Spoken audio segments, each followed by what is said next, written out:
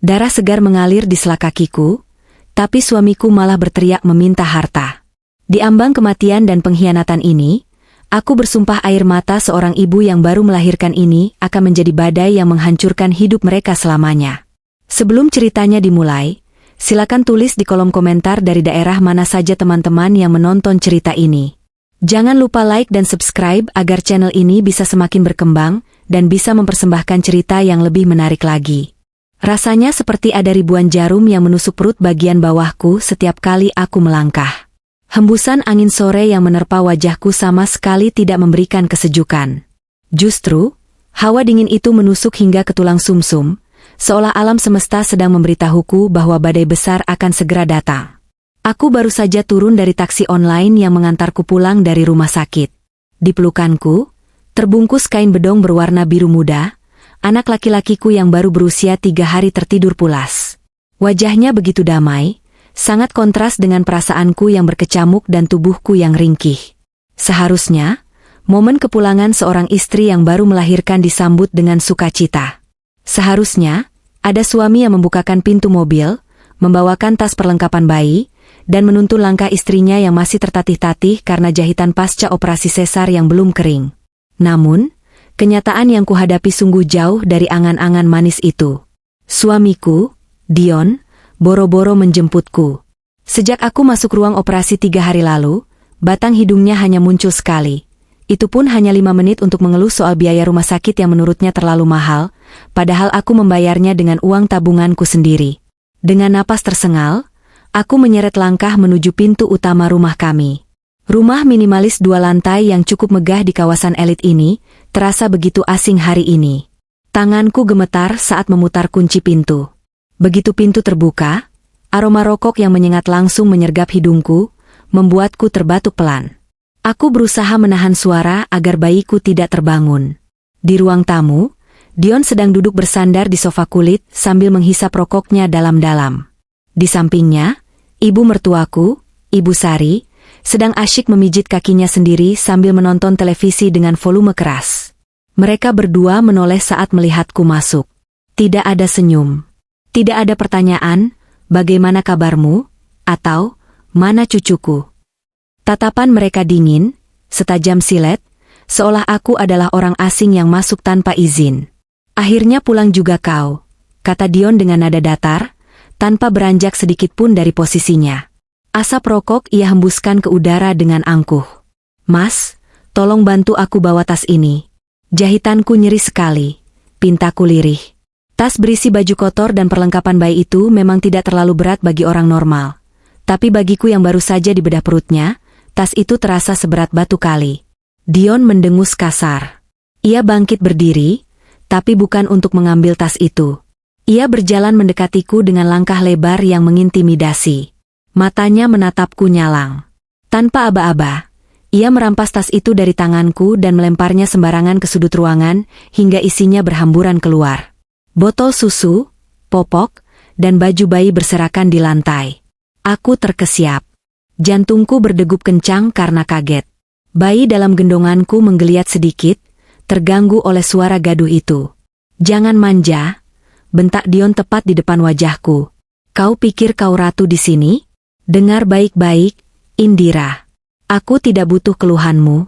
Yang aku butuhkan sekarang adalah uang. Aku menatapnya tidak percaya. Mas, aku baru saja pulang dari rumah sakit. Aku lelah, aku sakit. Bisakah kita bicara nanti? Tidak ada nanti, potong Dion cepat. Wajahnya memerah karena emosi yang tertahan. Aku butuh uang 100 juta, sekarang juga. Transfer ke rekeningku detik ini juga. Dan satu lagi, serahkan kunci rumah ini padaku. Permintaan itu terdengar gila di telingaku. 100 juta? Untuk apa? Dan kunci rumah? Bukankah dia juga memegang kunci duplikat? Uang 100 juta? Mas, kamu sadar tidak bicara apa? Uang tabunganku sudah terkuras untuk biaya persalinan, karena kamu bilang kamu tidak punya pegangan sama sekali. Dan untuk apa kunci rumah? Ini rumah kita, Mas. Jawabku mencoba tetap tenang meski hatiku mulai panas. Ibu Sari tiba-tiba tertawa sinis dari arah sofa. Ia bangkit dan berjalan mendekat, berdiri di samping anaknya.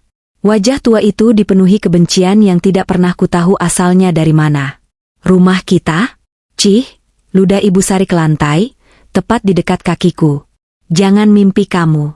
Dion butuh uang itu untuk bayar utang bisnisnya yang gagal. Sebagai istri, kamu wajib bantu suami. Kalau kamu tidak punya uang tunai, gadaikan saja perhiasanmu atau pinjam ke orang tuamu yang kaya itu. Ibu, bisnis apa? Mas Dion bilang dia kerja sebagai konsultan. Kenapa tiba-tiba ada utang? Tanyaku bingung dan panik. Banyak tanya. Dion membentak lagi. Kali ini tangannya mencengkeram lengan atasku dengan kasar. Kuku-kukunya menancap di kulitku. Dengar ya, aku sudah muak dengan sandiwara ini. Transfer aku 100 juta sekarang dan berikan sertifikat asli serta kunci rumah ini agar aku bisa jual atau gadaikan. Kalau tidak, angkat kaki dari sini. Air mataku mulai menetes. Rasa sakit di perutku semakin menjadi-jadi, seirama dengan rasa sakit di hatiku. Mas, ini rumah warisan dari almarhum ayahku. Kamu tidak punya hak untuk menjualnya. Dan aku tidak punya uang sebanyak itu sekarang. Lepaskan aku, Mas. Sakit. Sakit? Kau belum tahu rasanya sakit yang sebenarnya. Dion mendorong tubuhku dengan keras. Tenagaku yang belum pulih membuatku tidak bisa menjaga keseimbangan. Aku terhuyung ke belakang. Insting pertamaku adalah melindungi bayi di pelukanku. Aku memeluknya erat, membiarkan punggung dan pinggulku menghantam lantai keramik yang keras. Bruk. Bunyi benturan itu terdengar mengerikan. Rasa nyeri yang luar biasa langsung meledak di perut bagian bawahku. Rasanya seperti ada yang robek di dalam sana. Aku menjerit tertahan. Bayiku, Arga, langsung menangis kencang karena guncangan itu. Indira, teriakku dalam hati, mencoba mengumpulkan kesadaran. Aku merasakan sensasi hangat yang basah merembes di antara kedua kakiku. Ketika aku melihat ke bawah, darah segar mulai mengalir deras, membasahi daster dan menggenangi lantai putih di sekitarku. Jahitan operasiku terbuka. Pendarahan hebat terjadi. Mas, darah. Rintihku, menatap Dion dengan pandangan memohon.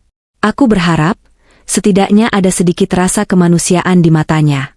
Namun, harapan itu sia-sia. Dion melihat darah itu dengan tatapan jijik. Dasar wanita lemah. Cuma didorong sedikit saja sudah berdarah-darah. Jangan akting. Cepat bangun dan transfer uangnya.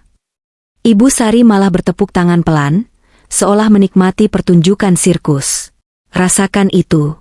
Itu hukuman buat istri yang pelit sama suami. Sudah, Yon, seret saja dia keluar. Biar dia mati di jalanan. Nanti kita bisa bilang dia kabur dan kecelakaan. Kata-kata itu bagaikan petir di siang bolong. Mereka benar-benar ingin membunuhku? Suamiku sendiri? Mertuaku sendiri? Dion melangkah maju, hendak menarik kakiku untuk menyeretku keluar seperti binatang. Aku mendekap anakku semakin erat, memejamkan mata, pasrah pada nasib namun berdoa dalam hati. Tuhan, selamatkan anakku. Biarkan aku mati, tapi selamatkan anakku.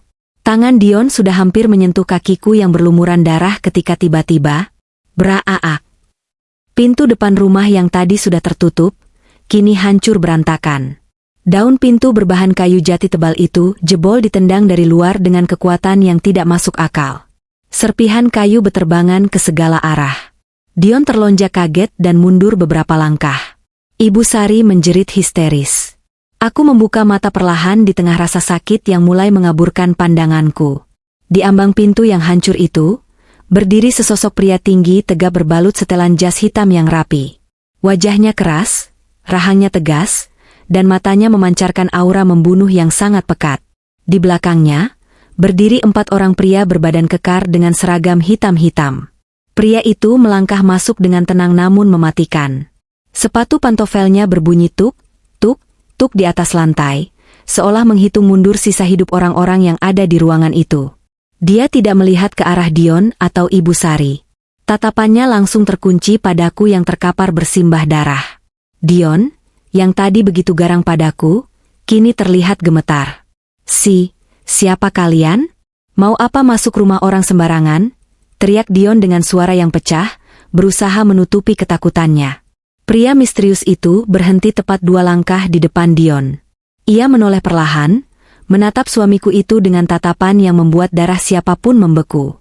Sentuh Nona Indira sekali lagi. Suaranya berat, rendah, dan dingin seperti es. Tanganmu akan kupastikan putus dari badanmu detik ini juga. Suasana hening seketika. Hanya tangisan bayiku yang terdengar memilukan.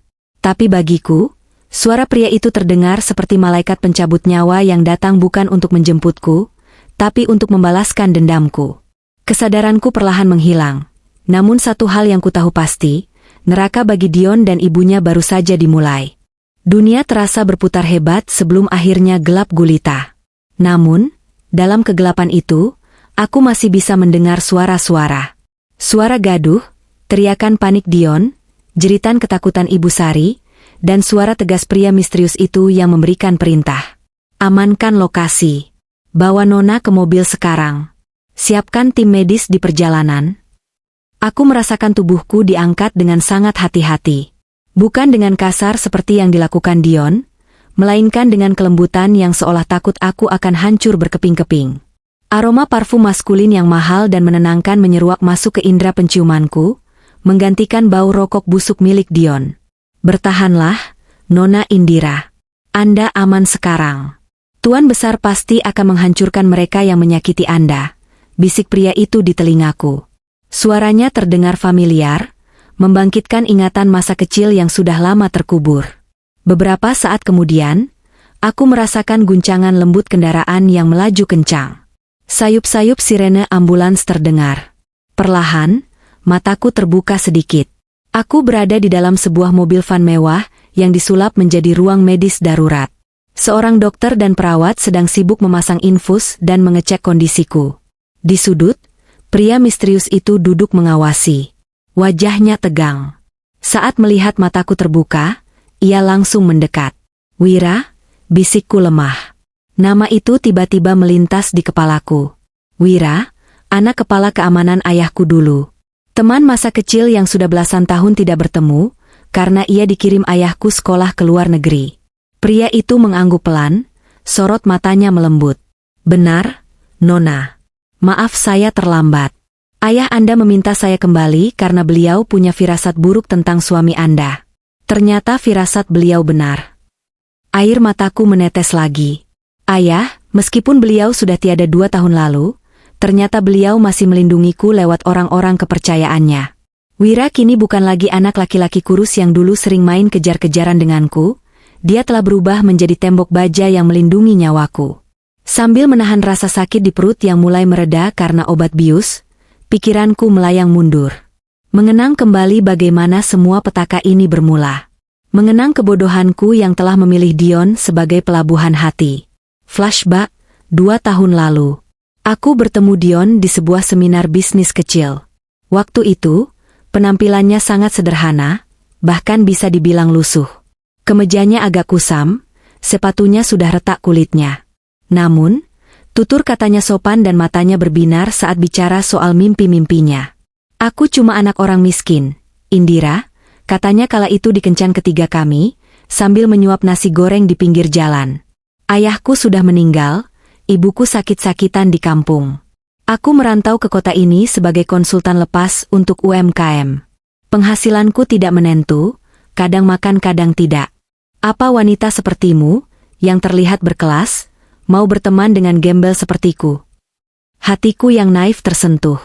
Aku, Indira, pewaris tunggal dari perusahaan properti raksasa yang didirikan almarhum ayahku, justru merasa iba dan kagum. Aku bosan dengan pria-pria kaya yang sombong, dan hanya memamerkan harta orang tua mereka. Dion terasa berbeda. Dia terlihat pekerja keras, jujur, dan sayang ibunya. Itulah awal dari kebohongan besarnya. Aku jatuh cinta pada Citra, pria sederhana yang berjuang, itu. Ketika kami memutuskan menikah, aku membuat keputusan fatal, aku menyembunyikan identitas asliku. Aku bilang padanya bahwa aku hanya staf administrasi biasa di sebuah perusahaan, dan rumah yang kami tempati nanti, rumah tempat kejadian perkara tadi, adalah rumah cicilan yang kubeli dengan susah payah dari gaji bulananku. "Tidak apa-apa, Dick," kata Dion waktu itu dengan mata berkaca-kaca yang palsu. Mas janji akan kerja keras bantu bayar cicilannya. Mas tidak punya apa-apa untuk pesta mewah. Maaf ya. Aku termakan omongannya. Kami menikah sederhana.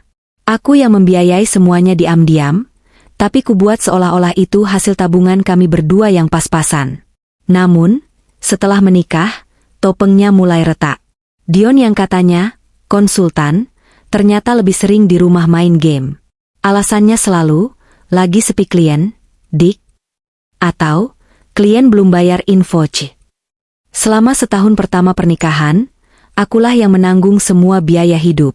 Listrik, air, makan, bensin motornya, bahkan rokoknya. Ibu Sari, yang diboyong Dion dari kampung seminggu setelah kami menikah, juga sama saja. Awalnya ia terlihat seperti ibu tua yang lugu. Tapi lama-kelamaan, sifat aslinya keluar. Indira, masa kok cuma tempe?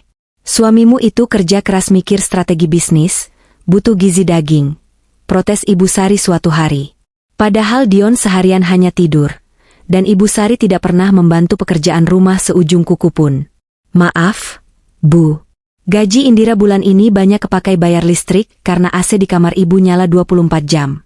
Jawabku sabar waktu itu. Halah, dasar pelit. Menantu macam apa kamu hitung-hitungan sama mertua? Ibu Sari langsung membanting piring. Puncaknya adalah 6 bulan lalu. Saat itu aku baru hamil muda. Dion pulang dengan wajah sumringah membawa mobil baru. Bukan mobil mewah, tapi cukup mahal untuk ukuran orang yang katanya tidak punya uang. Mas, dapat uang dari mana beli mobil? Tanyaku kaget. Oh, ada proyek besar gol, dik. Klien bayar cash. Jawabnya enteng. Tapi anehnya, dia tidak pernah memberiku uang belanja lebih. Malah, dia makin sering minta uang padaku dengan alasan modal muter. Kebodohanku adalah aku selalu memberinya, mengira aku sedang membantu suami membangun karir. Aku tidak tahu bahwa uang, proyek, itu hanyalah bualan. Kenyataan pahit itu baru ku tahu belakangan ini. Lewat Wira yang ternyata sudah menyelidikinya atas perintah wasiat ayah. Dion bukan konsultan. Dia pengangguran total. Uang yang dia pakai beli mobil itu adalah hasil meminjam dari rentenir online menggunakan data pribadiku yang dia curi.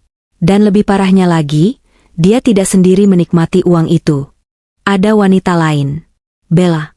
Bella adalah janda muda kembang desa yang dikenal Dion di tempat hiburan malam. Wanita yang menuntut gaya hidup hedon. Dion, demi gengsi di depan Bella, mengaku sebagai pengusaha sukses yang punya istri mandul dan penyakitan. Dion menghidupi Bella dari uang hasil menipuku dan berutang sana-sini. Dan utang judi, ya Tuhan, judi online. Dion kecanduan judi slot.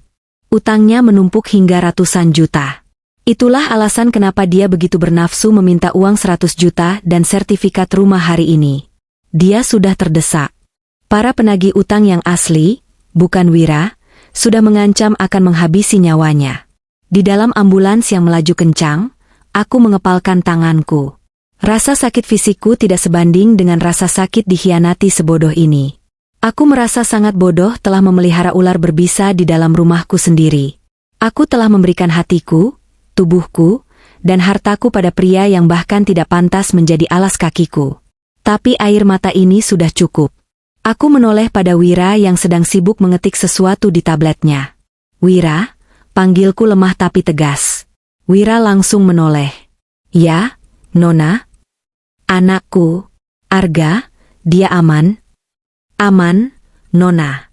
Dia ada di inkubator portabel di samping Anda. Sehat dan kuat. Aku menghela napas lega. Lalu, tatapanku berubah dingin. Bawa aku ke tempat yang aman. Pulihkan kesehatanku secepat mungkin. Setelah itu, aku ingin mereka semua membayar. Bukan dengan uang, tapi dengan darah dan air mata. Aku ingin mereka menyesal pernah dilahirkan ke dunia ini. Wira tersenyum tipis, sebuah senyum yang mengerikan namun menenangkan bagiku. Sesuai keinginan Anda, Nona. Protokol pembalasan sudah saya siapkan. Anda tinggal memberikan perintah eksekusi. Malam itu, saat ambulans membelah kemacetan kota, Indira yang lemah dan cengeng telah mati. Yang tersisa kini adalah Indira sang pembalas dendam. Seorang ibu yang akan melakukan apa saja untuk melindungi anaknya dan menghancurkan para iblis yang berwujud manusia itu. Dan Dion, dia tidak akan pernah tahu badai macam apa yang baru saja dia bangunkan. Cahaya lampu ruang rawat inap VIP yang temaram membuatku terjaga. Rasa nyeri di perut bekas operasi masih terasa menyengat, mengingatkanku bahwa aku masih hidup. Aku menoleh ke samping, melihat boks bayi transparan berteknologi tinggi tempat Arga, putraku, tertidur pulas. Wira duduk di sofa sudut ruangan, matanya tajam menatap layar tablet, berjaga seperti patung batu yang tak kenal lelah. Melihat kesetiaan Wira, pikiranku melayang mundur ke masa 2 bulan yang lalu. Masa di mana mataku akhirnya terbuka lebar melihat siapa sebenarnya monster yang tidur di sebelahku. Saat itu, usia kehamilanku memasuki bulan ke-8. Perutku sudah sangat besar, membuatku sulit tidur dan sering buang air kecil di malam hari. Malam itu, jarum jam menunjukkan pukul 2 dini hari. Hujan turun rintik-rintik di luar, menciptakan suasana yang dingin dan sunyi. Aku terbangun karena rasa haus yang mencekik. Dengan susah payah, aku bangun dari tempat tidur, berusaha tidak menimbulkan suara agar tidak membangunkan Dion yang tidur memunggungiku. Namun, saat aku menoleh, sisi tempat tidur Dion kosong. Keningku berkerut. Kemana dia jam segini? Kamar mandi di dalam kamar kami pintunya terbuka dan gelap. Tandanya dia tidak ada di sana. Penasaran, aku melangkah keluar kamar dengan berjinjit. Langkahku terhenti di ujung tangga lantai 2 saat sayup-sayup mendengar suara orang berbisik dari arah ruang kerja di lantai bawah. Ruang kerja itu dulunya adalah perpustakaan mini almarhum ayah yang kini sering diklaim Dion sebagai kantor pribadinya. Jantungku berdegup kencang. Firasat istri jarang sekali salah. Perlahan, aku menuruni tangga, menahan napas. Pintu ruang kerja itu sedikit terbuka, menyisakan celah cahaya kuning yang memanjang di lantai. Aku mendekatkan telinga ke celah pintu. Iya, sayang, sabar dong. Suara Dion terdengar manja, nada yang sudah lama tidak ia gunakan padaku. Darahku berdesir panas. Sayang? Siapa yang dia panggil sayang jam 2 pagi begini? Aku tahu apartemen itu harganya naik bulan depan. Makanya aku lagi usahakan. Si gendut itu bentar lagi melahirkan. Begitu dia sibuk urus bayi, aku bakal sikat sertifikat rumahnya. Si gendut? Dia memanggilku si gendut? Air mataku merebak seketika. Aku membekap mulutku sendiri agar isak tangisku tidak terdengar. Tubuhku gemetar hebat. Bukan karena dingin, tapi karena amarah dan rasa sakit yang bercampur aduk. Tenang aja, Bel. Sertifikat aslinya ada di brankas lemari baju. Kuncinya gampang. Dia itu bodoh. Tanggal lahirnya dipakai buat semua password. Nanti kalau sudah cair dari rentenir, kita langsung DP apartemen kamu. Sisanya buat aku main lagi, kali ini pasti menang, Bel. Aku sudah punya pola gacornya. Judi, wanita lain, dan rencana mencuri sertifikat rumah. 3 hal itu menghantamku sekaligus seperti palu godam.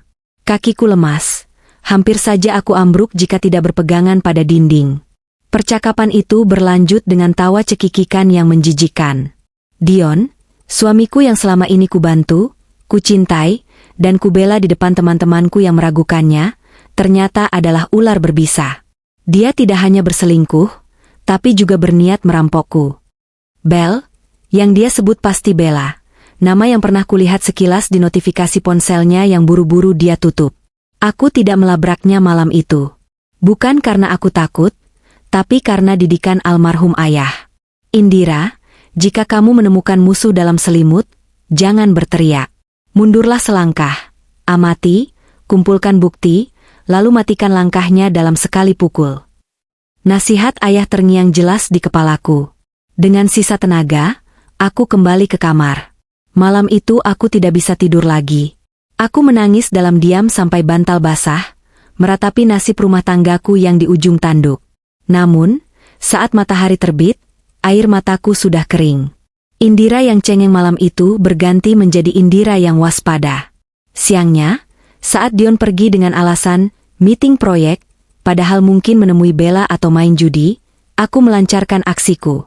Aku tahu Dion mengincar brankas di lemari baju. Dia pikir aku bodoh. Dia pikir aku wanita lugu yang tidak tahu apa-apa soal keamanan aset. Dia lupa, aku adalah putri dari seorang konglomerat properti yang diajari cara menjaga aset sejak kecil. Meskipun aku memilih hidup sederhana. Aku membuka brankas itu. Di dalamnya ada beberapa perhiasan emas, uang tunai secukupnya, dan sebuah map batik berisi sertifikat hak milik, SHM, rumah ini. Aku mengambil sertifikat itu, menatapnya dengan senyum getir. Dion tidak tahu satu rahasia besar. Sertifikat yang ada di brankas ini adalah palsu.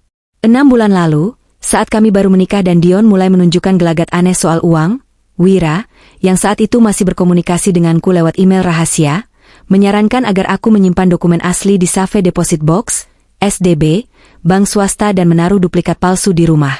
Untuk memancing tikus, kita butuh keju, Nona. Tapi kejunya harus beracun, tulis Wira dalam emailnya waktu itu. Aku segera menghubungi percetakan keamanan langganan perusahaan ayah untuk membuat duplikat sertifikat yang sangat mirip dengan aslinya. Kertasnya, hologramnya, tintanya, semua nyaris sempurna. Hanya ahli forensik atau pihak BPN yang jeli yang bisa membedakannya. Dan Dion? Dion yang buta hukum dan serakah itu tidak akan pernah sadar. Aku meletakkan kembali sertifikat palsu itu ke dalam brankas. Ambillah, Mas, batinku sinis. Bawalah, bom waktu, ini kerentenirmu. Namun, penemuanku tidak berhenti di situ. Rasa curigaku membuatku memasang alat penyadap suara berukuran kecil. Bentuknya seperti pengharum ruangan, di ruang tamu dan kamar tidur. 3 hari setelah kejadian itu, aku mendapatkan rekaman yang jauh lebih mengerikan daripada perselingkuhan. Dalam rekaman itu, terdengar suara Dion dan Ibu Sari sedang mengobrol di ruang tamu saat aku sedang pergi kontrol ke dokter kandungan sendirian. Yon, kamu yakin mau gadaikan rumah ini? Kalau ketahuan Indira gimana? Suara Ibu Sari terdengar cemas, tapi bukan cemas karena takut dosa, melainkan takut tertangkap. Ah, Ibu tenang saja. Nanti kalau duitnya sudah cair, si Indira kita buat hilang saja. Jawab Dion enteng. Maksudmu? Kamar mandi atas itu kan licin, Bu. Nanti pas dia hamil tua atau habis melahirkan, kalau dia terpeleset dan jatuh, siapa yang bakal curiga? Orang hamil kan keseimbangannya buruk. Kalau dia mati, asuransi jiwanya cair 500 juta, Bu. Ditambah rumah ini jadi milikku sepenuhnya sebagai ahli waris. Kita kaya, Bu. Wah, pinter kamu, Yon. Iya juga ya. Lagian ibu juga udah enek lihat mukanya yang sok suci itu. Tiap hari ibu disuruh hemat listrik, hemat air. Padahal duit kan harusnya ada. Mendengar rekaman itu, darahku rasanya berhenti mengalir. Tubuhku menggigil hebat. Ini bukan lagi soal rumah tangga yang retak. Ini adalah rencana pembunuhan berencana. Suamiku dan ibu mertuaku merencanakan kematianku demi uang asuransi dan warisan. Saat itulah aku sadar, aku tidak boleh hanya diam. Senjata, ini, sertifikat palsu dan rekaman rencana pembunuhan, adalah kartu as yang akan kugunakan untuk menghancurkan mereka. Tapi aku butuh waktu. Aku harus menunggu sampai anakku lahir dengan selamat. Aku harus berpura-pura bodoh sampai saat yang tepat tiba. Dan puncaknya adalah hari ini. Saat Dion mendorongku hingga pendarahan, dia secara tidak sadar telah menekan tombol, hancurkan diri sendiri. Dia telah membangunkan singa yang selama ini tertidur. Dia pikir dia pemangsa, padahal dia hanyalah mangsa yang sedang masuk ke dalam perangkap yang sudah kusiapkan dengan rapi. Di ruang rawat inap yang dingin itu, aku tersenyum tipis. Senyum yang penuh dendam. Sertifikat palsu itu pasti sudah dia bawa ke rentenir. Bom waktu itu sudah mulai berdetak. Nona Indira, Anda sudah bangun? Suara bariton Wira memecahkan lamunanku. Dia bangkit dari sofa dan berjalan mendekat dengan langkah tegap. Wajahnya terlihat lelah, tapi matanya tetap waspada. Dia meletakkan segelas air hangat di meja samping tempat tidurku. Sudah, Wira. Terima kasih, jawabku serak. Aku mencoba duduk, dibantu oleh Wira yang menaikkan sandaran tempat tidur elektrikku. Dokter bilang kondisi Nona sudah stabil.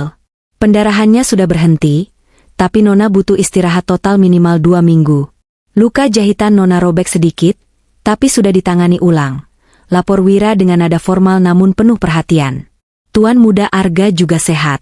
Dia bayi yang kuat, seperti ibunya. Aku menatap Arga di dalam boksnya. Hatiku menghangat. Setidaknya, satu-satunya hal berharga dalam hidupku selamat. Wira, bagaimana situasi di rumah? Wira mengambil tabletnya dan menyerahkannya padaku. Silakan lihat sendiri, Nona. Ini siaran langsung dari CCTV tersembunyi yang saya pasang minggu lalu, tanpa sepengetahuan mereka. Layar tablet menyala, menampilkan gambar ruang tamu rumahku, rumah yang baru saja kutinggalkan dengan berdarah-darah beberapa jam yang lalu. Hatiku mendidih melihat pemandangan di sana. Rumah itu kini tampak seperti kapal pecah, tapi bukan karena kesedihan. Di meja ruang tamu, berjejer botol-botol minuman keras, kulit kacang, dan bungkus makanan cepat saji yang berserakan. Dion duduk di sofa dengan kaki diangkat ke atas meja, tertawa lebar sambil memegang gelas. Di sampingnya, Ibu Sari sedang menghitung lembaran uang berwarna merah, mungkin sisa uang hasil menjual perhiasanku yang tertinggal di laci. Dan di sana, duduk di pangkuan Dion dengan pakaian kurang bahan, adalah wanita itu. Bella. Dia memakai daster sutra milikku. Daster kesayanganku yang kubeli saat bulan madu.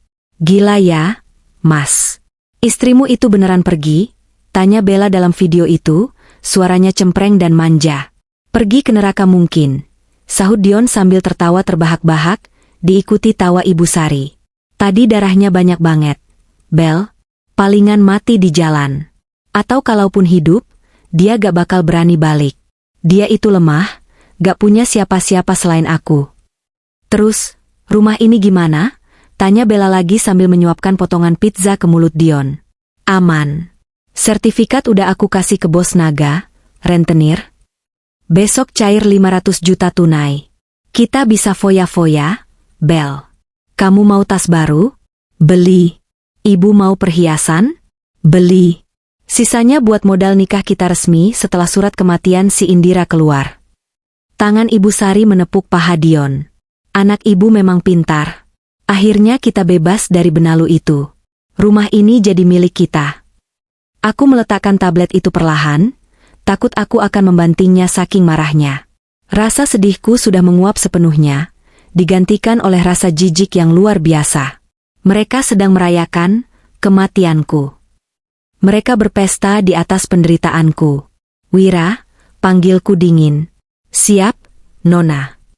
Aktifkan protokol pengambil alihan. Tapi jangan langsung matikan mereka. Aku ingin mereka terbang tinggi dulu, supaya jatuhnya makin sakit. Wira mengangguk, mengeluarkan sebuah ponsel khusus dari saku jasnya. Karina sudah menunggu instruksi Nona. Dia sudah memblokir akses Dion ke semua rekening bank yang Nona berikan kuasa, tapi Dion belum sadar karena dia sedang sibuk bermimpi. Karina adalah sahabatku sejak SMA yang kini menjadi kepala cabang di bank tempat Dion biasa bertransaksi. Dulu, aku bodoh sekali membuatkan kartu kredit tambahan, supplementary card, atas namaku untuk Dion dengan limit besar, mengira itu akan membantunya belanja kebutuhan rumah. Kartu itulah yang dia pakai untuk menghidupi Bella. Hubungi Karina. Bekukan semuanya. Kartu kredit, rekening tabungan, dompet digital yang terhubung dengan dataku. Blokir semuanya dengan alasan, aktivitas mencurigakan. Biarkan dia malu saat mau bayar pizza berikutnya. Perintahku, laksanakan. Lalu untuk rumah, aku menatap layar tablet itu lagi. Melihat Bella yang kini sedang berjalan-jalan mengelilingi ruang tamuku seolah dia nyonya rumah. Mereka pikir mereka punya kekuasaan di sana. Mari kita ingatkan siapa pemilik sebenarnya, ujarku. Jam berapa sekarang, Wira? Pukul 8 malam, Nona. Bagus. 1 jam lagi. Pukul 9 tepat. Matikan aliran listrik utama dari gardu pintar. Matikan aliran air PDAM. Dan kirimkan paket itu. Paket yang berisi bukti sertifikat palsu, tanya Wira memastikan. Bukan hanya itu. Kirimkan salinan surat dari BPN yang menyatakan bahwa sertifikat yang dia pegang adalah duplikat tidak sah, dan sertakan tagihan denda keterlambatan pembayaran listrik yang sengaja tidak aku bayar bulan lalu atas namanya. Buat dia panik. Buat dia merasa dikejar-kejar dari segala arah. Wira mengetik cepat di ponselnya. Tim lapangan siap bergerak. Oh ya, Nona, bos naga, rentenir itu, sudah menghubungi orang saya. Dia ternyata kenalan lama dari divisi keamanan perusahaan ayah Nona. Dia baru sadar sertifikat yang dibawa Dion itu palsu setelah anak buahnya mengecek kode hologramnya. Aku tersenyum miring. Semesta sepertinya benar-benar mendukungku. Katakan pada bos naga, jangan beritahu Dion dulu kalau itu palsu.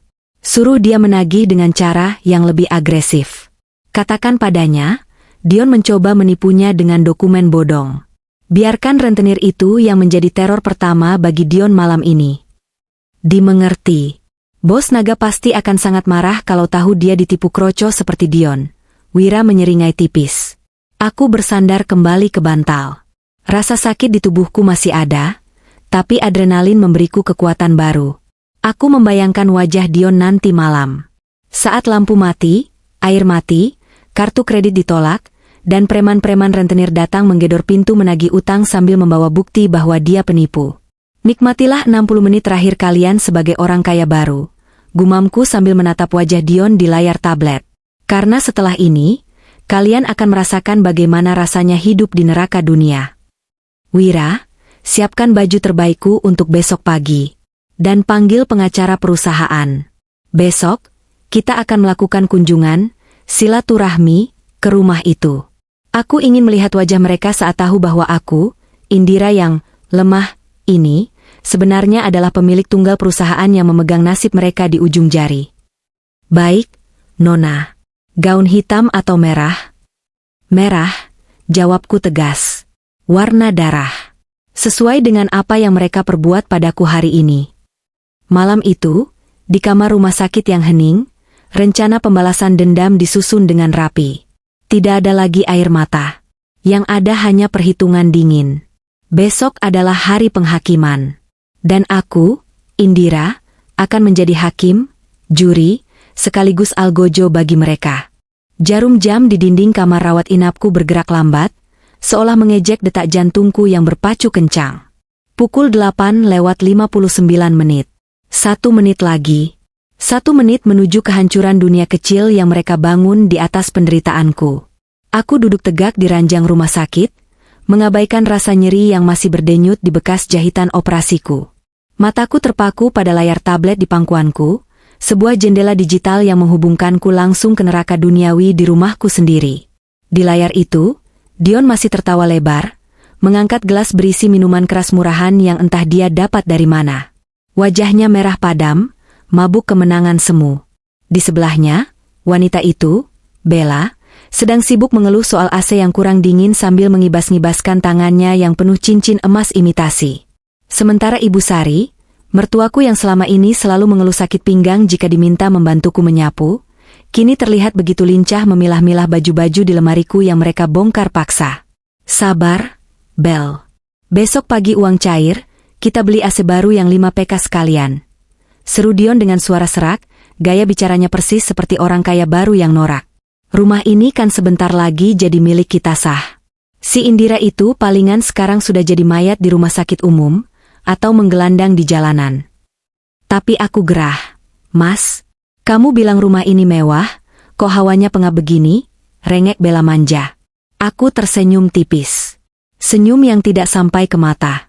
Nikmatilah sisa oksigenmu, Mas, bisikku dalam hati. Tepat saat jarum jam menyentuh angka 12 di angka 9, aku menoleh pada Wira yang berdiri siaga di sudut ruangan. Sekarang, Wira. Wira mengangguk, lalu menekan satu tombol di ponsel khususnya. Detik itu juga, di layar tablet, dunia Dion berubah gelap gulita. Loh, kok mati lampu? Terdengar suara panik Ibu Sari memecah kegelapan. Ah, paling token habis. Dasar si Indira pelit, pasti dia lupa isi token, gerutu Dion. Aku bisa melihat siluetnya meraba-raba mencari ponsel untuk menyalakan senter. Aku tertawa kecil. Token tidak habis. Mas, listriknya aku putus dari pusat. Di layar, cahaya senter ponsel mulai menyala, menyoroti wajah-wajah bingung mereka. Dion berjalan tertatih ke arah saklar, memainkannya naik turun dengan kasar. Sialan, tokennya masih banyak perasaan. Kenapa mati total begini? Kepanikan mulai merayap pelan tapi pasti. Bukan hanya lampu yang mati. Suara dengung mesin pompa air otomatis yang biasanya terdengar halus pun lenyap. Kulkas berhenti bekerja. Dan yang paling penting bagi Bella si manja itu, AC mati total. Rumah minimalis dengan ventilasi tertutup itu seketika berubah menjadi oven raksasa. Udara Jakarta yang panas dan lembab mulai terperangkap di dalam, membuat keringat mulai bercucuran di dahi mereka dalam hitungan menit. "Mas, nyalain genset dong. Panas banget ini," jerit Bella histeris. "Genset apaan? Kita gak punya genset," bentak Dion, emosinya mulai tersulut oleh rasa gerah dan alkohol. "Katanya orang kaya. Masa genset aja gak punya?" Bella mulai memaki. Pertengkaran kecil mulai terjadi. Ini baru permulaan. Aku memberi kode lagi pada Wira. Tahap 2. Blokir akses keuangannya. Di layar, Dion terlihat mencoba memesan makanan lewat aplikasi ojek online karena Bella merengek lapar. Wajahnya yang tersorot lampu ponsel berkerut bingung. Dia menekan layar berkali-kali dengan frustrasi. "Anjing. Kok gagal terus?" umpatnya. "Saldo GoPayku ada 2 juta perasaan." "Kenapa, Yon?" tanya Ibu Sari cemas. "Akun dibekukan." "Sialan. Coba pakai M-Banking." Dion beralih aplikasi. Beberapa detik kemudian, dia membanting ponselnya ke sofa. Rekening diblokir. "Apa-apaan ini? Kenapa ban memblokir rekeningku malam-malam begini?" "Mungkin karena kamu kebanyakan transaksi judi, Mas," sindirku pada layar, seolah dia bisa mendengarku. "Karina, sahabatku di bank itu, bekerja sangat cepat. Dia menandai semua rekening Dion sebagai suspek fraud atau penipuan, yang membuat semua asetnya beku seketika." Suasana di rumah itu berubah dari pesta pora menjadi ketegangan yang mencekam. Gelap, panas, lapar, dan tanpa akses uang. Namun, teror sesungguhnya belum dimulai. Tiba-tiba, ponsel Dion berdering nyaring di tengah keheningan yang mencekam.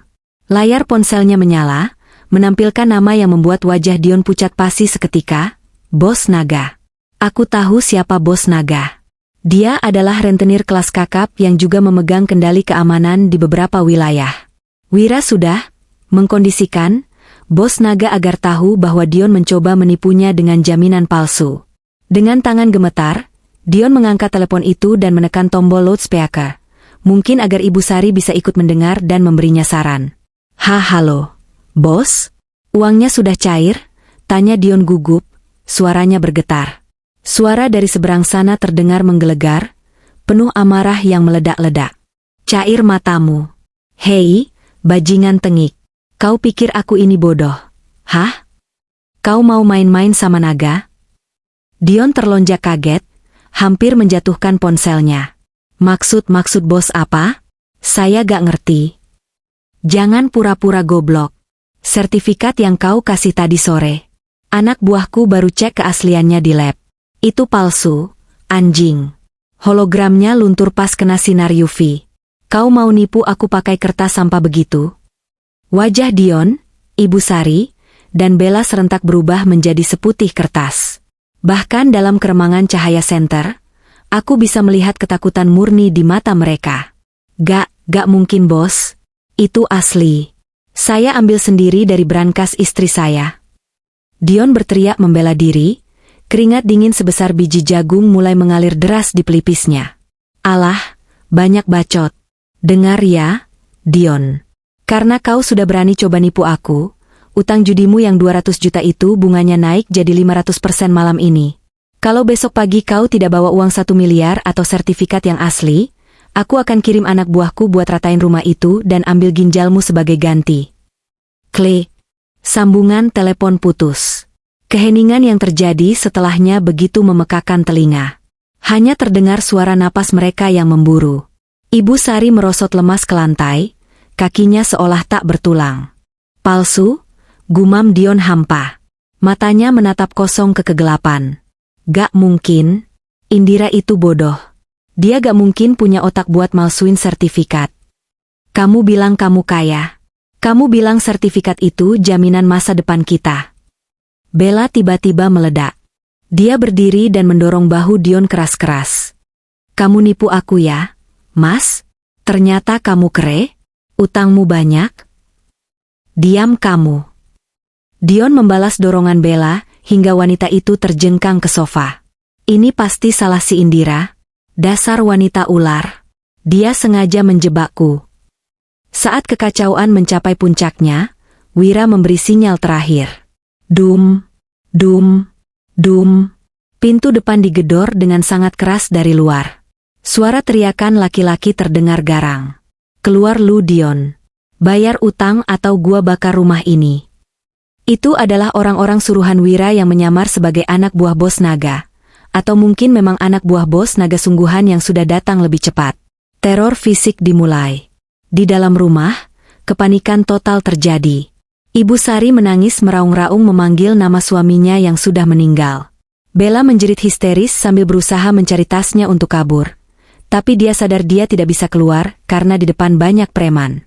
Dion berlarian seperti tikus yang terperangkap, mencari senjata tajam di dapur dengan penerangan minim, menabrak meja dan kursi hingga menimbulkan suara gaduh. Tolong! Tolong! Teriak Ibu Sari. Jangan bunuh kami. Aku menutup aplikasi CCTV di tabletku. Cukup. Melihat mereka ketakutan setengah mati seperti itu sudah cukup menjadi makanan pembuka bagi jiwaku yang terluka. Mereka merasakan apa yang kurasakan tadi sore. Ketidakberdayaan, ketakutan, dan pengkhianatan. Bedanya, aku punya Wira dan Tuhan. Mereka tidak punya siapa-siapa selain keserakahan mereka sendiri. Wira, kataku pelan, meletakkan tablet itu di meja. Ya, Nona. Biarkan mereka semalaman begitu. Biarkan mereka tidak tidur sedetik pun karena takut pintu didobrak. Biarkan mereka merasakan panasnya neraka dunia tanpa listrik dan air. Besok pagi, tepat jam 7, kita ke sana. Wira tersenyum, sebuah senyum hormat. Mobil sudah siap. Gaun merah Anda juga sudah dilaundry kilat. Besok akan menjadi pertunjukan utama. Aku membaringkan tubuhku kembali, menarik selimut.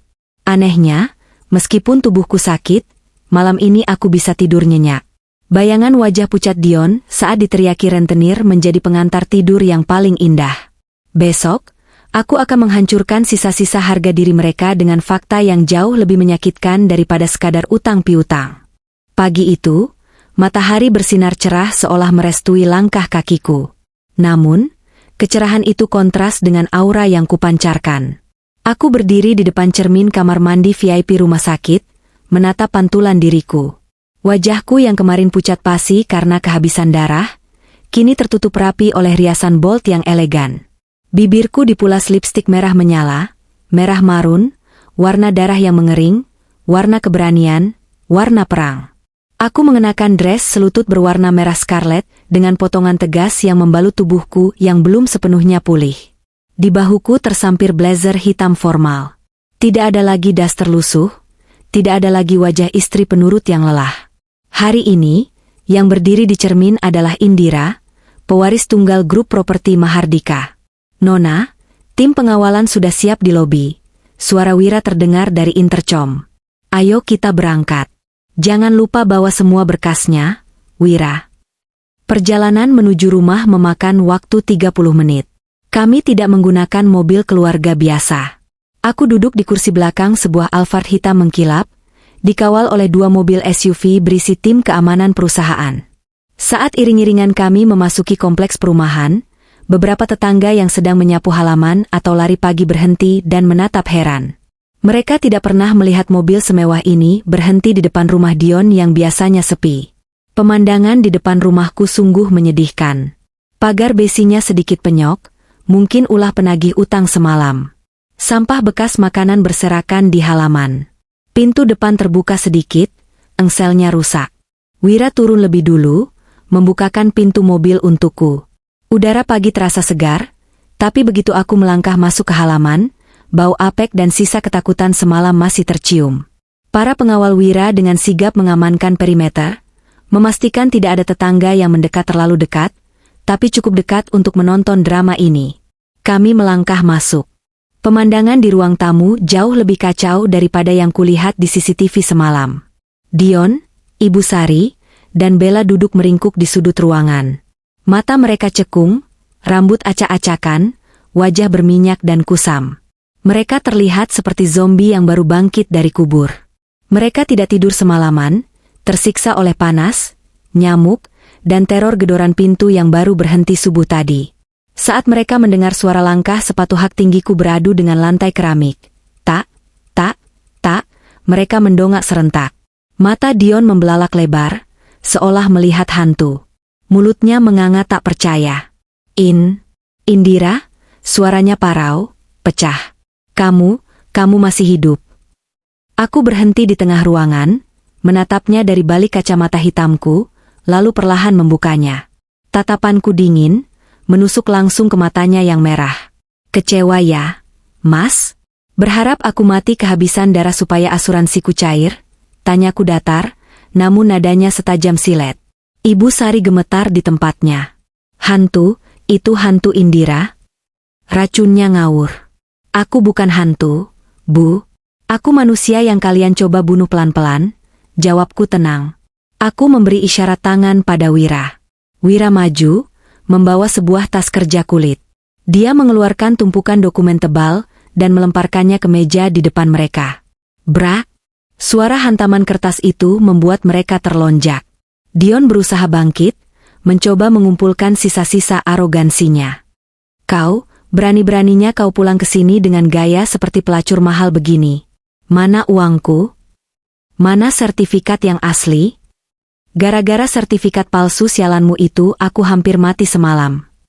Dia mencoba maju hendak menampar Yu, kebiasaan lamanya saat marah. Namun, belum sempat dia melangkah 2 kali, Wira dengan gerakan kilat sudah berada di depannya, mencengkeram leher ke meja Dion dan mendorongnya kembali ke sofa dengan kasar. Jaga sikapmu di depan nona besar, geram Wira. Nona besar? Hah? Bella tertawa sumbang, terdengar gila. Dia itu cuma babu, istri miskin yang nyusahin suami. Aku tertawa renyah. Tawa yang membuat bulu kuduk mereka meremang. Miskin? Mas? Oh Mas Dion yang malang. Kamu itu benar-benar buta ya? Aku mengambil satu map dari tumpukan di meja. Mari kita bicara fakta, karena sepertinya otakmu terlalu penuh dengan hayalan. Fakta pertama, aku membuka map itu dan menunjukkan lembaran rekening koran yang sudah diperbesar. Ini adalah riwayat transaksimu 6 bulan terakhir. 200 juta rupiah. Itu jumlah uang yang kamu transfer ke situs judi online, Zeus Petir. Uang siapa itu, Mas? Uang yang kamu curi dari kartu kredit tambahanku, uang yang kamu ambil dari dompetku saat aku tidur, dan uang hasil gadaikan perhiasan ibuku. Dion terdiam, wajahnya pucat.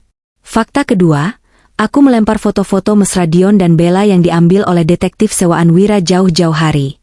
Bella, janda 2 anak dari kampung sebelah yang mengaku model. Mas, kamu tahu tidak kalau Bella ini juga simpanan om-om pemilik toko material di pasar? Kamu itu cuma salah satu ATM berjalannya dia. Bella melotot. Heh, jaga mulutmu ya. Diam kamu, bentakku keras, membuat nyali Bella ciut seketika. Aku punya buktinya. Chattingan kamu sama si om itu, janjian di Hotel Melati, semuanya ada di sini. Mas Dion, kamu dibodohi perempuan murahan ini pakai uang istrimu sendiri. Cerdas sekali. Dion menatap Bella dengan tatapan nanar. Bel, bener itu? Fakta ketiga, potongku cepat sebelum drama picisan mereka dimulai. Dan ini yang paling menyakitkan buat kalian. Aku mengeluarkan sebuah dokumen bersampul biru tua dengan lambang emas. Dokumen legalitas kepemilikan aset. Kalian pikir rumah ini milikku pribadi? Kalian pikir kalau aku mati, rumah ini jatuh ke tanganmu sebagai suami? Aku menggelengkan kepala dengan prihatin yang dibuat-buat. Salah besar. Rumah ini, kataku sambil menunjuk sekeliling, sertifikatnya atas nama Yayasan Mahardika. Yayasan milik keluargaku. Aku hanya punya hak guna pakai. Artinya apa? Artinya, kamu, Dion Prasetya, tidak punya hak sepeser pun atas bata, semen, bahkan debu di rumah ini. Kalaupun aku mati, rumah ini kembali ke yayasan. Kamu tidak akan dapat apa-apa. 0 besar. Rahang Dion jatuh. Matanya memancarkan keputusasaan yang amat sangat. Mimpinya untuk menguasai harta warisan musnah dalam hitungan detik. Dan satu lagi, tambahku sambil tersenyum miring. Tahu kenapa aku bisa punya akses ke Yayasan Mahardika? Karena namaku bukan Indira biasa. Namaku Indira Mahardika, putri tunggal dari Haryo Mahardika, pemilik perusahaan properti tempat kamu pernah melamar kerja jadi satpam tapi ditolak 5 tahun lalu. Keheningan total. Kali ini benar-benar sunyi. Nama Haryo Mahardika adalah legenda di kota ini. Orang terkaya, dermawan, dan disegani. Dan mereka baru saja menyiksa putri tunggalnya. Ibu Sari yang tadinya lemas, tiba-tiba bersujud di kakiku. Indira, mantuku sayang. Ibu hilaf, nak. Ibu gak tahu, ibu cuma disuruh Dion. Ampuni ibu, nak. Jangan penjarakan ibu. Dion masih terpaku, otaknya gagal memproses fakta bahwa istri yang selama ini dia injak-injak, dia suruh mengepel lantai, dia hina miskin, ternyata bisa membeli harga dirinya 1000 kali lipat. Berdiri, Bu. Jangan kotori sepatuku, kataku dingin, menarik kakiku menjauh. Jadi, sertifikat palsu itu. Dion tergagap. Pancingan, jawabku singkat. Dan kamu memakannya bulat-bulat seperti ikan bodoh. Aku menatap mereka bertiga bergantian. Kalian sudah menghancurkan mentalku, menyakiti fisikku, dan mencoba membunuhku. Sekarang giliran aku. Wira, putar videonya. Wira mengeluarkan proyektor portabel dan menembakkan gambarnya ke dinding putih ruang tamu. Video rekaman CCTV kemarin sore, saat Dion mendorongku, saat aku berdarah, saat mereka tertawa dan tidak menolongku, terputar jelas dengan kualitas HD. Suara jeritan kesakitanku di video itu menggema di ruangan. Video ini, kataku sambil menunjuk dinding, sudah ada di tangan pengacara terbaikku. Pasal berlapis sudah menantimu, Mas. KDRT berat, percobaan pembunuhan berencana, penipuan, dan pemalsuan dokumen. Ancaman hukumannya, minimal 15 tahun penjara. Dion merosot ke lantai, lututnya tak lagi mampu menopang tubuhnya. Dia menangis. Bukan tangisan penyesalan, tapi tangisan ketakutan seorang pengecut yang tahu hidupnya sudah tamat. Bella berusaha menyelinap keluar, tapi dihadang oleh 2 pengawal berbadan besar di pintu. Mau kemana, Nona cantik? Tanya Wira sarkas. Polisi sedang dalam perjalanan. Anda juga terlibat sebagai penadah barang curian dan persekongkolan jahat. Saat sirine polisi terdengar meraung-raung dari kejauhan, aku merapikan blazerku. Aku merasa sangat ringan. Beban di dadaku telah terangkat. Aku melihat Dion yang menangis meraung-raung memeluk kaki meja, Ibu Sari yang pingsan, atau pura-pura pingsan, dan Bella yang berteriak-teriak histeris menyalahkan Dion. Inilah akhir dari sandiwara kalian. Bisikku pelan, berbalik badan menuju pintu keluar, meninggalkan kekacauan itu di belakangku. Matahari di luar bersinar makin terik, menyambut kebebasanku. Perang ini sudah kumenangkan.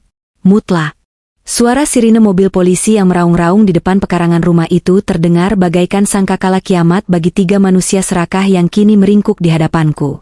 Raungan itu membelah keheningan pagi di kompleks perumahan, memancing rasa penasaran yang tak terbendung dari para tetangga. Satu persatu, pagar-pagar rumah di sekitar kami terbuka. Wajah-wajah kepo mulai bermunculan, berbisik-bisik, dan perlahan berkumpul membentuk kerumunan di depan gerbang yang sengaja dibiarkan terbuka lebar oleh Wira. Aku berdiri tegak di ambang pintu utama, menatap pemandangan itu dengan kepuasan yang dingin.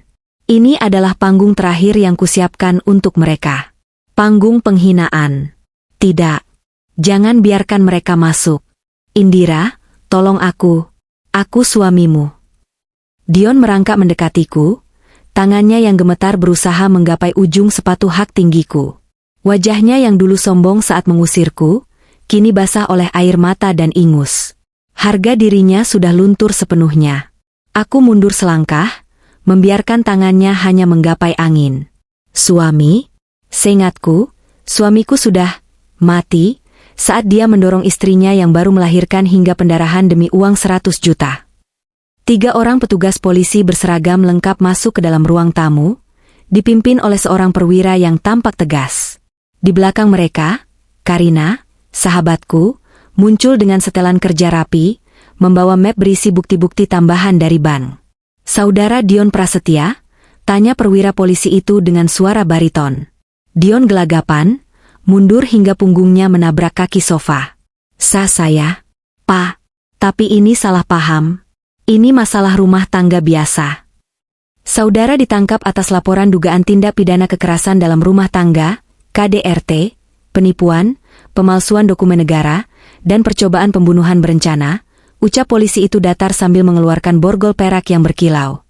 Saudari Sari dan Saudari Bella juga kami amankan untuk dimintai keterangan sebagai saksi yang diduga turut, serta dalam persekongkolan jahat. Saya nggak salah, Pak. Saya cuma tamu. Jerit Bella histeris saat seorang polisi wanita mendekatinya. Dia meronta-ronta, mencoba melepaskan diri, tapi polisi wanita itu dengan sigap mengunci lengannya. "Tamu yang memakai barang curian hasil kartu kredit korban," sindir Karina tajam. "Tas yang kamu pegang itu, saya punya bukti transaksinya. Dibeli jam 2 pagi pakai kartu kredit tambahan Indira yang dicuri Dion."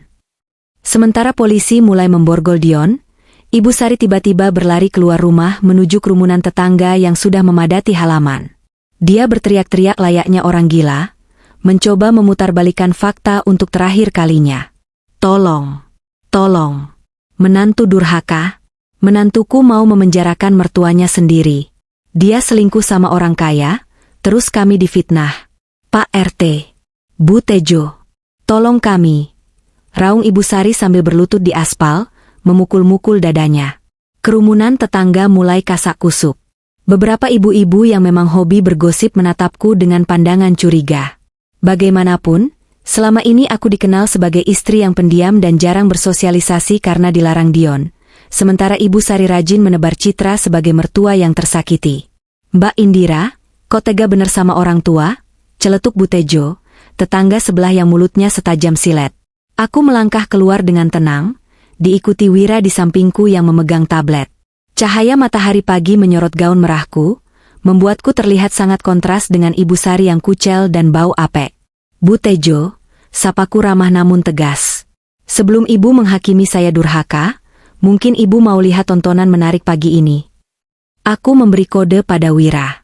Wira menekan tombol di tabletnya, yang terhubung secara nirkabel ke layar TV besar di ruang tamu yang terlihat jelas dari pintu yang terbuka lebar, dan audionya disambungkan ke speaker portabel yang entah kapan disiapkan tim Wira di teras. Suara rekaman percakapan Dion dan Ibu Sari yang merencanakan pembunuhan saya menggema keras ke seluruh jalanan kompleks. Nanti kalau dia terpeleset dan jatuh, siapa yang bakal curiga? Kalau dia mati, asuransi jiwanya cair 500 juta, Bu. Iya juga ya. Lagian Ibu juga udah eneg lihat mukanya yang sok suci itu. Kerumunan tetangga tersentak kaget. Suara Ibu Sari di rekaman itu terdengar sangat jelas dan keji. Wajah Bu Tejo berubah pucat. Pak RT menggelengkan kepala tak percaya. Suasana berbalik 180 derajat dalam hitungan detik. "Ya Allah, jadi selama ini?" bisik seorang tetangga. "Kejam banget. Itu rencana pembunuhan," seru yang lain. Aku menatap Ibu Sari yang kini terdiam kaku di aspal. Wajahnya merah pada menahan malu yang tak tertahankan. Dia tidak bisa lagi bersembunyi di balik topeng, mertua tersakiti. "Kalian dengar sendiri," kataku lantang pada para tetangga. "Saya baru melahirkan 3 hari yang lalu. Jahitan operasi saya belum kering.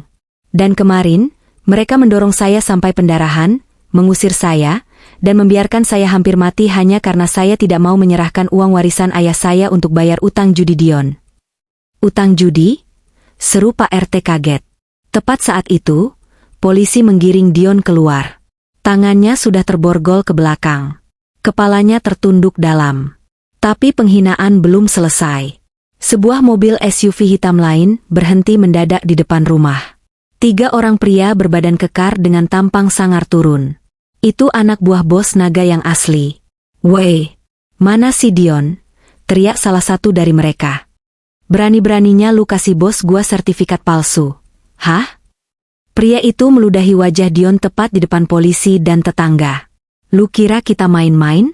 Utang lu 200 juta, bunganya udah bengkak. Sekarang lu mau masuk penjara? Enak banget hidup lu. Urusan kita belum kelar di dalam sana nanti." Dion menangis meraung-raung, kakinya lemas hingga harus diseret polisi. Ampun, Bang. Ampun. Saya bayar nanti. Indira, tolong bayarin utangku. Kamu kaya kan? Tolong Mas kali ini aja. Aku menatapnya dengan pandangan jijik. Maaf, Mas. Uangku cuma untuk manusia. Bukan untuk monster. Nikmati hidup barumu di Hotel Prodeo. Kudengar, rentenir punya banyak teman di dalam penjara yang suka menyapa penghuni baru. Polisi memasukkan Dion yang meronta-ronta ke dalam mobil patroli. Bella menyusul sambil menutupi wajahnya dengan tas, menghindari kamera ponsel para tetangga yang sibuk merekam untuk konten TikTok. Ibu Sari, yang sudah tidak punya muka lagi, akhirnya pasrah digiring polisi wanita, tatapannya kosong. Sebelum mobil polisi berangkat, aku berjalan mendekati jendela mobil tempat Dion duduk. Kaca jendela itu terbuka sedikit. Satu hal lagi, Mas, bisikku. Rumah ini akan kualifungsikan menjadi panti asuhan di bawah naungan yayasan ayahku. Setidaknya, tempat yang pernah kamu kotori dengan keserakahan ini akan dipakai untuk merawat anak-anak yang benar-benar butuh kasih sayang. Jejakmu akan dihapus selamanya dari sini. Dion menatapku dengan tatapan putus asa yang abadi. Mobil polisi itu pun melaju, membawa serta 3 parasit yang selama ini menggerogoti hidupku. Kerumunan tetangga masih riuh. Bu Tejo dan beberapa ibu lain mencoba mendekatiku, mungkin untuk meminta maaf atau sekadar cari muka, karena tahu aku ternyata orang kaya raya. Mbak Indira, aduh, maaf ya kami nggak tahu. Aku tersenyum tipis, lalu menoleh pada Wira. Wira, tutup gerbangnya. Kunci semuanya. Kita pulang. Aku rindu anakku. Baik, Nona. Aku membalikkan badan, melangkah anggun menuju mobil Alphardku, tanpa menoleh lagi pada para tetangga yang munafik itu. Panggung sandiwara sudah usai. Tirai sudah ditutup. Saatnya aku kembali ke kehidupanku yang sesungguhnya. 6 bulan kemudian. Aroma kopi Arabica yang baru digiling, memenuhi ruangan kantorku yang luas di lantai 40 gedung Mahardika Tower. Dari balik dinding kaca yang menjulang dari lantai ke langit-langit, hamparan kota Jakarta terlihat sibuk di bawah sana, sekecil mainan Lego. Aku menyesap kopiku perlahan, menikmati ketenangan yang dulu terasa mustahil kudapatkan. Selamat pagi, Bu Direktur, sapa Karina yang masuk sambil membawa tumpukan berkas. Dia sekarang bukan lagi kepala cabang bank, melainkan direktur keuangan di perusahaanku. Aku merekrutnya sebulan setelah kejadian itu. Pagi, Rin. Bagaimana laporan kuartal ini? Tanyaku sambil tersenyum. Hijau semua. Proyek perumahan subsidi yang ibu gagas sukses besar. Dan yayasan panti asuhan yang kita bangun di bekas rumah. Itu, sudah mulai beroperasi penuh minggu depan. Banyak donatur yang tertarik. Aku mengangguk puas. Rumah itu, rumah saksi bisu penderitaanku. Aku menepati janjiku. Aku merenovasinya total, membuang semua perabotan lama, mengecat ulang, dan menjadikannya rumah singgah untuk ibu dan anak korban KDRT. Aku tidak mau menjualnya.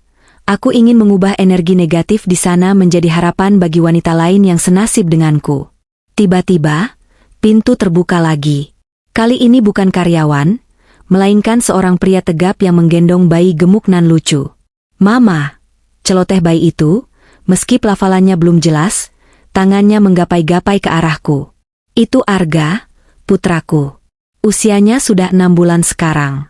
Pipinya gembul, matanya bulat bersinar, dan tawanya renyah. Dia tumbuh sehat tanpa kekurangan satu apapun. Dan pria yang menggendongnya adalah Wira. Wira tidak lagi memakai seragam pengawal kaku. Dia mengenakan kemeja kasual yang digulung lengannya, terlihat lebih santai namun tetap gagah. Sejak kasus itu selesai, Wira diangkat menjadi kepala operasional perusahaan, sekaligus orang yang paling dekat denganku saat ini. Arga rewel di Daicara. Sepertinya rindu ibunya, kata Wira sambil menyerahkan Arga ke pangkuanku. Aku mencium pipi gembul Arga bertubi-tubi hingga dia terkekeh. Anak pintar. Terima kasih ya, Wira. Wira duduk di kursi depan mejaku. Ekspresinya berubah sedikit serius. Nona, maksud saya, Indira. Ada kabar terbaru dari pengacara soal mereka. Aku menghentikan kegiatanku mencium Arga. Ceritakan. Dion divonis 12 tahun penjara minggu lalu. Tapi sepertinya dia tidak akan bertahan selama itu dengan waras. Lapor Wira sambil menyodorkan sebuah foto yang diambil diam-diam. Di foto itu, Dion terlihat sangat kurus. Hampir tinggal tulang berbalut kulit. Wajahnya penuh lebam. Matanya liar ketakutan. Bos naga menepati janjinya. Lanjut Wira. Anak buahnya di dalam penjara membuat hidup Dion seperti neraka. Dia dijadikan babu oleh narapidana lain. Jatah makannya sering diambil. Dia harus mencuci baju satu blok sel, dan setiap malam dia tidak bisa tidur nyenyak.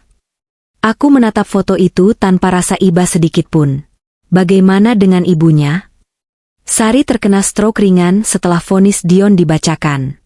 Karena tidak ada biaya pengobatan dan tidak ada keluarga yang mau menampung, dia sekarang tinggal di gubuk liar di pinggiran rel kereta api. Dia bertahan hidup dengan memulung botol plastik. Tetangga lamanya di kampung sudah mengusirnya karena malu punya tetangga mantan narapidana komplotan penipu. Dan Bella? Itu yang paling tragis. Wira mendengus. Setelah keluar dari tahanan sementara karena statusnya hanya saksi yang membantu, dia mencoba kembali ke om-om lamanya. Tapi videonya saat dilabrak polisi di rumahmu viral di media sosial. Tidak ada laki-laki yang mau mendekatinya lagi. Dia diusir dari kosannya, keluarganya menolak menerimanya kembali. Terakhir terlihat dia bekerja sebagai pemandu lagu di warung remang-remang pinggiran kota, wajahnya rusak karena perawatan murah yang abal-abal. Aku menghela napas panjang, lalu menyandarkan punggung ke kursi kulitku yang empuk. Keadilan itu nyata. Karma itu tidak pernah salah alamat, dan tidak pernah terlambat. Mereka yang dulu tertawa di atas penderitaanku, kini menangis darah di bawah kakiku. Bukan aku yang menghukum mereka, tapi keserakahan mereka sendiri yang menjadi bumerang. Sudahlah, kataku sambil menutup berkas foto itu. Mereka sudah masa lalu. Tidak penting lagi untuk dibahas. Aku menatap Wira, lalu beralih menatap Arga yang sedang memainkan dasi Wira.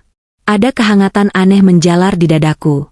Selama 6 bulan ini, Wira tidak hanya menjadi pelindung, tapi juga figur ayah bagi Arga. Dia yang mengantar Arga imunisasi, dia yang panik saat Arga demam, dia yang selalu ada. Wira, panggilku lembut. Ya, Indira. Terima kasih. Untuk semuanya. Kalau tidak ada kamu mendobrak pintu hari itu, mungkin aku dan Arga tidak ada di sini sekarang. Wira tersenyum, senyum tulus yang jarang ia perlihatkan pada orang lain. Tangannya terulur, menyentuh lembut tangan kecil Arga yang menggenggam jarinya. Itu sudah tugasku. Dan juga janjiku pada diriku sendiri. Untuk tidak membiarkan wanita sebaik kamu disakiti lagi. Kata-katanya sederhana, tapi maknanya dalam. Aku tahu perjalanan kami masih panjang. Trauma pernikahan pertamaku mungkin butuh waktu lama untuk sembuh. Tapi melihat Wira, dan melihat Arga yang tertawa bahagia, aku tahu aku tidak sendirian. Aku bangkit berdiri, menggendong Arga, dan berjalan menuju jendela kaca besar. Matahari sedang berada di puncaknya, menyinari kota Jakarta dengan gagah. Aku bukan lagi wanita lemah yang menangis di sudut kamar mandi. Aku adalah Indira Mahardika. Seorang ibu, seorang pemimpin, dan seorang penyintas. Dunia ini indah. Nak, bisikku pada Arga. Selama kita kuat, dan selama kita percaya bahwa kebenaran akan selalu menang. Di bawah sana, kehidupan terus berjalan. Dan di suatu tempat yang gelap dan lembab di balik jeruji besi, Dion mungkin sedang meratapi nasibnya yang hancur lebur. Biarlah. Itu harga yang pantas untuk sebuah pengkhianatan. Aku memeluk putraku erat, siap menyongsong masa depan yang cerah, meninggalkan bayang-bayang kelam masa lalu yang kini telah sirna tak berbekas.